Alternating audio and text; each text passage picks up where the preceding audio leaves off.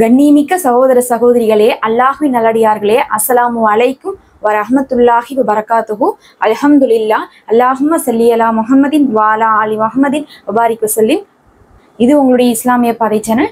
இன்னைக்கு நம்ம புதன்கிழமை நாள்ல இருக்கிறோம். புதன்கிழமை வந்தாலே நமக்கு நினைவு வர வேண்டிய ஒரு முக்கியமான விஷயம், யாருமே அதற்கு முன்னுரிமை கொடுக்கறதே கிடையாது.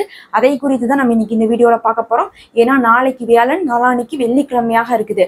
இந்த வியாழக்கிழமை வெள்ளிக்கிழமையுடைய முழு சிறப்பை ஒருவர் பெற வேண்டும் என்றால் புதன்கிழமையே இதை செய்து கொள்வது மிகவுமே நல்லதாக இருக்கும். நமக்கு வாரத்தில் இருக்கக்கூடிய நாட்கள்லாம் சாதாரணமாக படைக்கப்படலை, அதற்குன்னு சொல்லிட்டு ஒரு முன்னுரிமைகள் கொடுக்கப்பட்டிருக்கு. அதனால வெள்ளிக்கு முன்னாடி வியாழன் ஆகட்டும், வியாழனுக்கு முன்னாடி புதன்கிழமை ஆகட்டும், நம்ம என்ன பண்ணும், அதற்குண்டான அமல்களை நம்ம செய்து அதனை சிறப்பிக்க வேண்டும். அப்படி ஒரு அமல் தான் நம்ம இன்னைக்கு பார்க்க போறோம். மறக்காம அதுக்கு முன்னாடி சப்ஸ்கிரைப் பண்ணிக்கோங்க.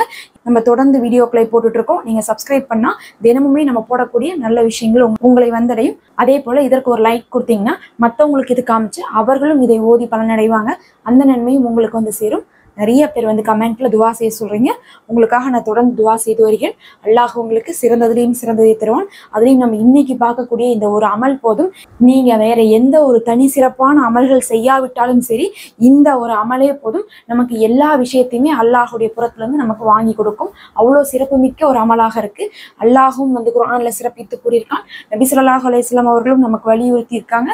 இதனை உறுதியாக பற்றி பிடித்துக் கொள்பவர்கள் இம்மேலும் மறுமேலும் உயர்ந்த இடத்துல இருப்பாங்க, வெற்றியாளர்களாக இருப்பாங்க, அல்லாஹ்விற்கு நெருங்கியவர்களாக இருப்பாங்க, நபி ஸல்லல்லாஹு அலைஹி வஸல்லம் அவர்களை பின்பற்றியவர்களாக இருப்பாங்க, தக்வாலையும் சிறந்தவர்களாக இருப்பாங்க. அப்ப இவ்வளவு சிறப்புள்ள ஒரு அமலை நம்ம விட்டுட்டு மற்ற அமல்கள் எல்லாம் நம்ம தேடி தேடி செய்யறோம். ஆனா இது ஒண்ணுலயே அத்தனையுமே அடங்கும்னு சொல்லலாம். அதை தான் நம்ம இன்னைக்கு சொல்றோம். மறக்காம உங்களுடைய இதுவால நீங்க என்னையும் சேர்த்திக் கொள்ளுங்க. நம்ம சொன்னோம் அடுத்து வியாழன் வெள்ளி வரப்போகுதுன்ட்டு. வியாழக்கிழமைக்குன்னு ஒரு சிறப்பு இருக்கு. என்ன சிறப்பு இருக்கு? அமல்கள் உயர்த்தப்படக்கூடிய நாள் அப்படிங்கக்கூடிய ஒரு சிறப்பு இருக்கு. வெள்ளிக்கிழமைக்குன்னு ஒரு சிறப்பு இருக்கு. அது வாரத்திலேயே வைத்து மிக சிறந்த நாளாக இருக்கு. ஈதுடைய நாளாக இருக்கு. அதாவது குத்பா நாளாக இருக்கு. நமக்கு ஒவ்வொரு வாரம் வெள்ளிக்கிழமை வந்தாவே நபி ஸல்லல்லாஹு அலைஹி வஸல்லம் அவர்கள் அமல்களை கொண்டு சிறப்பிப்பாங்க. அந்த நாள்ல நமக்கு தேவைகள் கூட நிறைவேறதுக்கு அல்லாஹ் ஒரு நேரத்தை வைத்திருக்கான். ஆனா அந்த சிறப்புகள் எல்லாருமே வார வாரம் பெற்றுக்கொண்டு இருக்குமான்னு கேட்டா நிச்சயமாக நம்மளால உறுதியா சொல்ல முடியாது. ஏன்னா நம்ம நிறைய துவாக்கள் கேட்கிறோம். ஃபர்ஸ்ட் அந்த துவாக்கள் எல்லாமே கபூலாவதானா? இல்ல. அதே மாதிரிதான் நமக்கு வார வாரம் வியாழக்கிழமை வந்தாலும் அமல்கள் உயர்த்தப்பட்டாலும், வெள்ளிக்கிழமை வந்தாலும் அமல்களிலேயே சிறந்த நாளாக குத்பா நாளாக இருந்தாலும் கூட அனைத்து சிறப்பையும் அனைவரும் அடைந்து கொள்ள முடியாது. யார் ஒருவர் அடைந்து கொள்வார்னு பார்த்தா பாவமற்றவர் தான் அடைந்து கொள்வார். அல்லாஹுடைய புறத்துல பாத்தீங்கன்னா பாவம் செய்ய வேண்டாம்னு அல்லாஹ் சொல்லல, பாவம் செய்ததுக்கு அப்புறம் என்னிடத்துல மன்னிப்பு கேளுங்கன்னு அல்லாஹ் சொல்றான். நம்மளுடைய தேவைகள் நிறைவேறணும். துவாக்கள் எதுவுமே கபூலாக மாட்டேங்குது, நானும் எவ்வளவோ கஷ்டப்பட்டு கேட்டுட்டேன், எல்லா இபாதத்தும் நானும் செஞ்சு பார்த்துட்டேன், என் துவாக்களே கபூலாக மாட்டேங்குதுன்னு சொன்னாலும் அவர்களுக்கு பாவம் ஒரு காரணமாக இருக்கு. பாவத்தை கைவிடாதவர்களுக்கு அல்லாஹ் தேவைகளை நிறைவேற்றுவதில்லை. அதே மாதிரி அமல்கள் உயர்த்தப்படும் நாள்ல நம்ம எவ்வளவோ நல்ல அமல்கள் செய்திருப்போம். இந்த வாரம் முழுவதும் செய்தது உயர்த்தப்படும். ஆனா நம்ம செய்த பாவங்களும் சேர்த்து உயர்த்தப்படும். அந்த பாவங்கள் என்ன பண்ணும்னா அந்த நன்மையை தின்றுவிடும். அந்த பாவங்கள் அந்த நன்மையை மிச்சமே வைக்காது.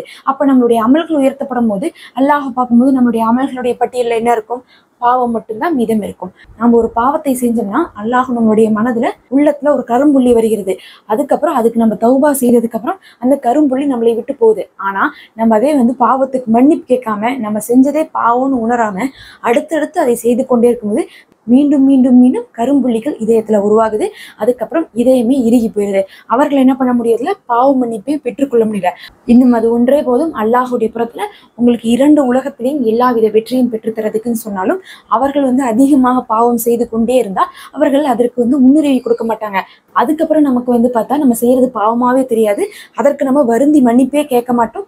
பாவ மன்னிப்பெல்லாம் எந்த அளவுக்கு வலியுறுத்தணும் அப்படிங்கக்கூடிய சிறப்பே தெரியாமல் போயிடும். ஆனா இந்த பாவ மன்னிப்பு ஒன்றே போதும். நமக்கு அமல்கள் உயர்த்தப்படக்கூடிய நாள்ல நல்ல அமல்களை மட்டும் அல்லாஹ்விடத்துல உயர்த்தும். புதன்கிழமையே நம்முடைய பாவ மன்னிப்பை கேட்டு நம்ம பாவங்கள் அனைத்தும் கழித்து கொண்டோம்னா வியாழக்கிழமை நன்மையானது மட்டுமே அல்லாஹ்விடத்துல போகும். அதே மாதிரி நம்ம அடுத்து வரக்கூடிய வெள்ளிக்கிழமை நாள்ல பாவங்கள் மன்னிக்கப்பட்ட நிலையில நம்ம வியாழக்கிழமையை கடந்திருக்கோம்னா வெள்ளிக்கிழமை நமக்கு என்ன சிறப்பு கிடைக்கும்? துவாக்கள் ஏற்றுக்கொள்ளப்படும். ஈதுடைய நாளுடைய சிறப்பு கிடைக்கும். ஒரு வாரத்துடைய பாவங்கள் கழிக்கப்பட்டு ஒரு வாரத்துக்கே ஒளியாக அமையும். இன்னும் அந்த ஜும்மா நாளுடைய எல்லா அருட்குறைகளையும் அல்லாஹ் அவர்களுக்கு கொடுப்பான். அப்ப வியாழன் வெள்ளிக்கு முன்னாடி நம்ம பாவ மன்னிப்பை வந்து மிகவுமே வலியுறுத்த வேண்டும். அதுலேயும் நபி ஸல்லல்லாஹு அலைஹி வஸல்லம் அவர்கள் ஒவ்வொரு நாளும் 70 முறையிலிருந்து 100 முறை வரையும் பாவ மன்னிப்பு கேட்டிருக்காங்கன்னு சொல்லிட்டு நம்ம அறிவிப்புகளை பார்க்க முடியுது. நினைத்து பாருங்க, ஒரு நாளைக்கு நம்ம 5 நேரம் தான் தொழுகிறோம், ஆனா 70லேருந்து 100 முறை பாவ மன்னிப்பை கேட்டிருக்காங்கன்னா எந்த அளவுக்கு வந்து பாவ மன்னிப்பு சிறப்பானதா இருக்குது, அதனுடைய முக்கியத்துவம் இருக்குதுன்னு சொல்லிட்டு நபி ஸல்லல்லாஹு அலைஹி வஸல்லம் அவர்கள் உணர்த்திட்டு போயிருக்காங்க. அதுலேயும் வந்து நபி ஸல்லல்லாஹு அலைஹி வஸல்லம் அவர்கள் பார்த்தீங்கன்னா என்ன பாவம் செஞ்சாங்க? அவர்கள்லாம் பாவமற்றவர்கள். அவங்க வந்து அல்லாஹுடைய புறத்துலேருந்து முன்பின் பாவங்களுக்கெல்லாம் வந்து பாவ மன்னிப்பு பெற்றவங்க சொர்க்கவாசின்னு சொல்லிட்டு அல்லாஹ்வே அறிவித்தவங்க. இருந்தாலும் சரி, நபி ஸல்லல்லாஹு அலைஹி வஸல்லம் அவர்கள்லாம் வந்து என்ன பண்ணாங்க? அதிகமாக தௌபா செய்து வந்தாங்க. நபியின் சுன்னத்தாகவும் நமக்கு தௌபா இருக்குது. ஒரு விஷயத்தை நபி அவர்கள் நமக்கு வலியுறுத்தி செய்திருந்தாலும் காட்டியிருந்தாலும் மட்டும்தான் நாம் என்ன பண்ணுவோம்? அதை செய்வோம். அதனால நபி ஸல்லல்லாஹு அலைஹி வஸல்லம் அவர்கள் பாவ மன்னிப்பை வந்து செய்து வந்தாங்க. நபி ஸல்லல்லாஹு அலைஹி வஸல்லம் அவர்கள் சொல்றாங்க, அதாவது ஒரு மனிதன் வந்து ஒரு பாலைவனத்துல என்ன பண்றான்? ஒரு வாகனத்தோட போறான். வாகனத்துலதான் எல்லா பொருளும் இருக்கு அவனோடது. திடீர்னு பார்க்கறான், அவனுடைய வாகனம் தொலைஞ்சிருச்சு. அது வந்து ஒட்டகமா இருக்கலாம், இல்ல என்ன வேணா இருக்கலாம். அவனுடைய வாகனம் தொலைஞ்சிருச்சு, அதுல இருந்த பொருட்கள் எல்லாம் காண போயிடுச்சு. இப்ப எங்க பார்த்தாலும் கண்ணு கெட்டின தூரம் வரை எதுவுமே கிடைக்கல. அப்ப திடீர்னு தேடிட்டு இருக்கும்போது கிடைச்சிருது. கிடைச்சா நம்ம எவ்வளவு சந்தோஷப்படுவோம்? எவ்வளவு சந்தோஷப்படுவோம்னா அதுக்கு அளவே கிடையாது. அப்படி கிடைக்கும் போது ஒரு மனிதன் சொல்றானாமா, அல்லாஹ்விடத்துல நன்றி செலுத்துவதற்காக நானே உன்னது ரட்சகன், நீயே எனது அடிமைன்னு சொல்லிடறான். அதாவது மாத்தி சொல்லிடறான். நம்ம என்ன சொல்லணும்? நம்ம ஏதாவது ஒரு சந்தோஷத்துல எல்லாம் நீதான் என்னுடைய ரப்பு, நான் உன்னுடைய அடிமைன்னு நம்ம சொல்லுவோம்ல, அதுக்கு பதில் மாத்தி நானே உன்னுடைய ரட்சகன், நீதான் என்னுடைய அடிமை அப்படிங்கிற மாதிரி சொல்லிடறான். அதே வந்து நபி ஸல்லல்லாஹு அலைஹி வஸல்லம் அவர்கள் சொல்லி இந்த அளவுக்கு அவன் சந்தோஷத்துல இருந்திருக்கான் அப்படிங்கிறது வந்து வார்த்தைகளை என்ன பண்ணியிருக்காங்க? மாத்தி பயன்படுத்தியிருக்காங்க. இதை சொல்லி இதே மாதிரிதான் அல்லாஹும் ஒரு மனிதன் வந்து தன்னிடத்துல வரும்போது மன்னிப்பு கேட்டு அல்லாஹும் அந்த மாதிரி காணா போன பொருட்கள் திரும்பி கிடைத்த மாதிரி சந்தோஷப்படுவான் அப்படின்னு சொல்லியிருக்காங்க. இது எதற்காக சொல்லப்பட்டுச்சுன்னா, அந்த மனிதன் மேல இருக்கக்கூடிய குற்றத்தை காட்டுவதற்காக கிடையாது. அதாவது எப்போதுமே வணங்கக்கூடிய அந்த மனிதன் ஒரு சந்தோஷமான தருணத்துல என்ன சொல்றோன்னே தெரியாம சொல்லிட்டான் உணர்ச்சிவசப்பட்டு. அந்த மாதிரி அந்த அளவுக்கு சந்தோஷப்பட்டிருக்கான் அப்படிங்கிறதை அந்த இடத்துல காட்டுறாங்க. காட்டிட்டு இதே மாதிரிதான் அல்லாஹும் நாம வந்து திரும்பி போகும்போது சந்தோஷப்படுகிறான். அதனால நீங்க அல்லாஹுவை சந்தோஷப்படுத்த பாவ மன்னிப்பு கேளுங்கன்னு சொல்லியிருக்காங்க. இது வந்து எப்பயோ ஆயுசுக்கு ஒரு தடவை கேட்டாதான் அல்லாஹ் சந்தோஷப்படுவான்னு இல்லை. ஒரு நாளைக்கு 70லேருந்து 100 முறை நபி ஸல்லல்லாஹு அலைஹி வஸல்லம் அவர்கள் கேட்டிருக்காங்கன்னா நாம எத்தனை முறை கேட்டுக்கணும்? அப்ப எத்தனை முறை அல்லாஹுவை சந்தோஷப்படுத்த முடியும்னு நினைச்சு பாருங்க. நாம வந்து வளர்த்துற குழந்தைகள் நம்மளை விட்டு பிரிஞ்சு போறாங்க, பிரிஞ்சு போய் அவங்க இஷ்டத்துக்கு வாழ்றாங்க. நம்ம ரொம்ப தவிக்கிறோம், ஏங்குறோம். ஒரு கட்டத்துல எல்லாம் உணர்ந்துட்டு என்னுடைய தாய் தான் எனக்கு முக்கியம்னு வரும்போது நம்ம எவ்வளவு சந்தோஷப்படுவோம். அதே போலதான் நாம வந்து திரும்பி வந்ததுக்கு அப்புறம் நீ அப்படிலாம் செஞ்சியே இப்படிலாம் செஞ்சியேன்னு சொல்லிட்டு கேட்போமா? கேட்க மாட்டோம். இப்பயாவது வந்தியே அப்படிங்கிற மாதிரி இருக்கும்ல, அந்த மாதிரிதான் அல்லாஹும் நம்ம திரும்பி போகும்போது அல்லாஹ் நேசிக்கிறான். அதுலயும் அப்படி திரும்பி வராங்க பாருங்க, பாவ மன்னிப்பு கேட்கறாங்கல்ல, ஒவ்வொரு நொடியும், அதாவது திரும்பி வர்றதுன்னா எப்பயோ இல்லை, ஒவ்வொரு நொடியும் ஒவ்வொரு நாளும் திரும்பி திரும்பி வந்துட்டே இருக்காங்கல்ல, அவர்களுக்கு அல்லாஹ் என்ன கொடுக்குறான்னா பாவங்களுக்கு மன்னிப்பு கொடுத்து பாவத்துக்கு பகரமாக நன்மையை கொடுத்து அதுக்கப்புறம் அவர்களுக்கு காணாத புறத்திலிருந்து ரிஜிக்கை கொடுக்குறான். நல்லா கவனிச்சு பாருங்க, காணாத புறத்திலிருந்து ரிஜிக்குன்னா, ரிஜிக்குங்கிறது வந்து சாப்பாடு, காசு, எல்லாமே உங்களுக்கு கிடைச்ச எல்லா நல்ல அருட்கொடைகளையுமே நீங்க ரிஜிக்குன்னு எடுத்துக்கலாம். நல்ல ஆயுள், நல்ல குழந்தை, நல்ல குடும்பம், நல்ல வசதி, வேலை, எல்லாமே ரிஜிக்கு. அதே காணாத புறத்துல இருந்து அல்லாஹ் கொடுக்குறான்னா நீங்க எதிர்பார்க்கவே முடியாத வழியில கூட வரும் அப்படிங்கறது அர்த்தம். அப்ப நாம வந்து கஷ்டப்பட்டு போறோம், செய்யறோம், சில விஷயங்களை முயற்சி பண்றோம், அதுல கூட நமக்கு கிடைக்காது. ஆனா அல்லாஹ்விடத்துல மன்னிப்பு கேட்டா காணாத புறத்துல இருந்து நமக்கு ரிஜிக்கு வரும். நம்ம என்ன சொன்னோம்? பாவத்துக்கு பகரமாக நன்மை கிடைக்குதுன்னு சொன்னோம். அடுத்த நாளே நமக்கு வியாழக்கிழமை என்ன இருக்குது? அமல்கள் உயர்த்தப்படக்கூடிய நாட்களாக இருக்கு. புதன்கிழமை மணிக்கு நீங்க தௌபா செய்யும்போது உங்களுடைய பாவம் எல்லாம் நன்மையாக மாற்றப்படுது. பத்தாவதுக்கு உங்களுடைய நன்மைகள் ஏற்கனவே அதுல இருக்கும். அதை வந்து இது ஒண்ணுமே செய்யாது. வியாழக்கிழமை அமல்கள் உயர்த்தப்படும் போது நன்மைகள் மட்டுமே உயர்த்தப்படும் அல்லாஹ்விடத்துல. அதே போல அப்படி வந்து பாவ மன்னிப்பு கேட்கக்கூடிய அடியானே அல்லாஹ் என்ன பண்றான்? ஒரு கட்டத்துல பாவத்துக்கு மன்னிப்பு கொடுத்துட்டே இருக்கான். ஒரு தடவை தப்பு செய்யறான், அல்லாஹ் கொடுக்குறான். திரும்பவும் தப்பு செய்யறான், அல்லாஹ் கொடுக்குறான். ஒரே தப்பு தான், அதுவும் ஒரே தப்பை திரும்ப திரும்ப செஞ்சுட்டே இருக்கான், திரும்ப திரும்ப பண்ணி கேட்டுட்டே இருக்கான். ஒரு கட்டத்துல அல்லாஹ் என்ன பண்றான் தெரியுங்களா? சரி, நான் உன்னை மன்னிச்சிட்டேன், இனி நீ அதை செஞ்சாலும் சரி உன் மேல குற்றம் இல்லை அப்படின்னு விட்டுறான்.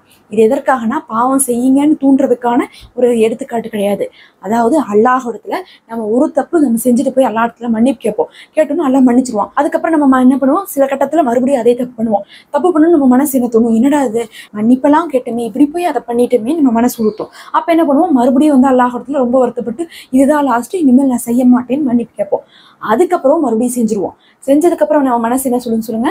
முக்கியமா சைத்தான் சொல்லுவான், அவ்வளவுதான். நீ ஏன் மீறி மீறி செஞ்சுட்டே இருக்க, இதை உன்னால விடவே முடியாது, நீ போய் மன்னிப்பு கேட்கறதே வேஸ்ட்டு, இதுக்கு நீ செஞ்சுட்டு போயிட்டே இருக்கலாம், அதை பார்த்துக்கலாம் அப்புறம் அப்படின்னு சொல்லிட்டு அந்த தப்பை நீ தொடர்ந்து செய், மன்னிப்பு கேட்காத, அது வேஸ்ட்டுன்னு சொல்லிட்டு நம்மளே சைத்தான் சொல்லுவான். ஆனா அப்படி கிடையாது. அல்லாஹ் இடத்துல ஒரே தப்புக்கு திரும்ப திரும்ப ஒரு அடியான் போயிட்டே இருக்கிறான். மறுபடியும் அதே மாதிரி பல தடவை போனதுக்கு பிறகு கூட அல்லாஹ் என்ன பண்றான்னா, நீ இந்த தப்பை நீ செஞ்சுக்கோ, நான் உன்னை கடைசி வரையும் மன்னிக்கிறேங்கிறான். அப்படின்னு என்ன அர்த்தம்? நீ எத்தனை தடவை தப்பு பண்ணாலும் என்கிட்ட மன்னிப்பு கேட்கணும்னு உனக்கு தோணுது பாரு, அந்த ஒரே தப்புக்கு அப்படின்னு சொல்லிட்டு அல்லாஹ் நமக்கு மன்னிப்பு கொடுக்குறான்னா, நம்ம எத்தனை தடவை ஒரே தப்பை செஞ்சிருப்போம், நம்ம இதை செய்யவே போறதுல முடிவெடுத்ததுக்கு அப்புறம் தான் அதை ஒரு 300 தடவை செய்வோம்.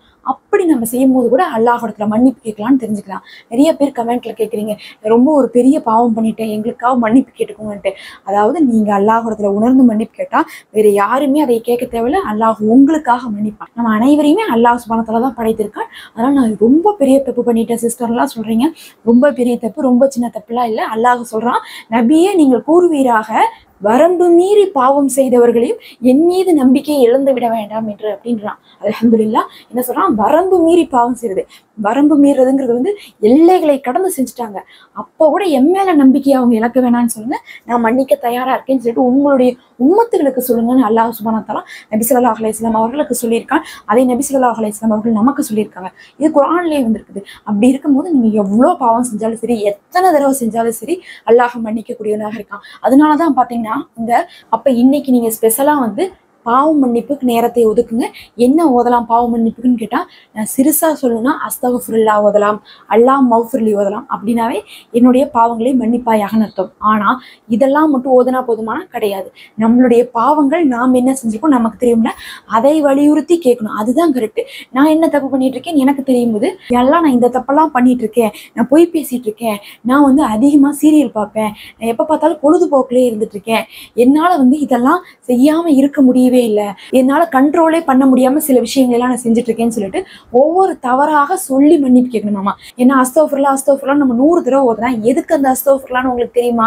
இந்த தப்புக்கு தான் இந்த அஸ்தக்ஃபிருல்லாவை நம்ம ஓதுறோம் நமக்கு தெரிஞ்சா அதுதான் சிறப்பா இருக்கும். அதை வெறும் வார்த்தையால ஓதி மட்டும் பலனை பெற முடியாது. நீங்க அதை ஓதலாம் வார்த்தையாக, அதுக்குன்னா நன்மை இருக்கு. ஆனா பாவ மன்னிப்புங்கிறது உணர்ந்துதான் நம்ம கேட்கும் போது என்ன ஆகுதுன்னா, அடுத்தடுத்து அந்த பாவத்தை நம்ம செய்யும் போது ஒரு தடவை இல்லாட்டினாலும் சரி, கடைசிக்கு ஒரு 10வது தடவையாவது உங்களுக்கு ஒரு உணர்வு வரும். இதுதானே சொல்லி சொல்லி அல்லாட்ட கேட்கிறோம், இது தப்புன்னு தானே நம்ம வேண்டான்னு கேட்கிறோம், அப்ப இதை நம்ம விடலான்னு சொல்லிட்டு நம்ம விடுவோம். நிச்சயமாக இதை நீங்க செய்து பாருங்க. அப்பதான் உங்க பாவ மன்னிப்பு மட்டும் கிடையாது, பாவங்களையும் நீங்க வருந்தி விடுவீங்க. பாவங்களை கைவிட்டவர்களுடைய வாழ்க்கை அப்படிங்கிறது அல்லாஹ் இருமையிலையும் மறுமையிலையும் கண்ணியப்படுத்துகிறான், உயர்த்தி. அதனால இன்னைக்கு உணர்ந்து பாவ மன்னிப்பு கேட்டுவாங்க. அஸ்தக்ஃபிருல்லா போன்ற திக்ருகளையும் நீங்க ஓதி அல்லாஹ் இடத்துல தௌபா செய்யுங்க. புதன்கிழமை மட்டும் கிடையாது, புதன்கிழமை ஏன் நம்ம இன்னுமே வலியுறுத்தி சொல்றோமோ, அது வேளாண் வெள்ளியெல்லாம் அடுத்தடுத்து வரக்கூடிய நாட்களுடைய சிறப்பின் காரணமாக சொல்றோம். நீங்க எல்லா நாளுமே பாவ மன்னிப்பு கேளுங்க. உங்களுடைய எல்லா கஷ்டத்துக்குமான ஒரே சாவி இதுதான். அந்த சாவியை பயன்படுத்தி கொள்ளுங்க. நம்ம தொடர்ந்து தினமும் ஒரு அமல்களை போட்டுட்டு இருக்கோம். மறக்காம சப்ஸ்கிரைப் பண்ணிக்கோங்க. உங்களை சேர்ந்து உங்களுக்கு ஷேர் பண்ணுங்க. அஸ்ஸலாமு அலைக்கும் வரஹ்மத்துல்லாஹ்.